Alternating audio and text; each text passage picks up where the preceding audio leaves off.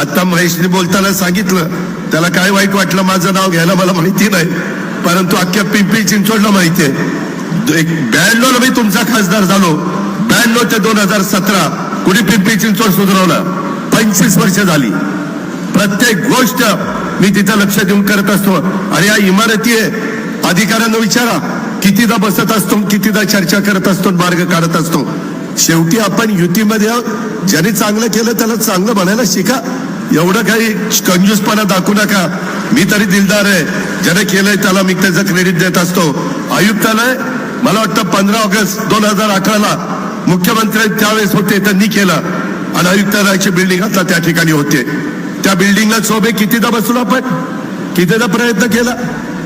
त्याच्यामुळं हे पिंपरी चिंचवड हे आपल्या सर्वांचं आहे. इथं सगळ्या सुविधा नीट मिळाल्या पाहिजेत.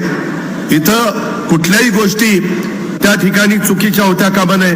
आपले डबल फ्लायओव्हर घ्या, आपले रस्ते घ्या, आपल्या बाकीच्या सगळ्या गोष्टी घ्या.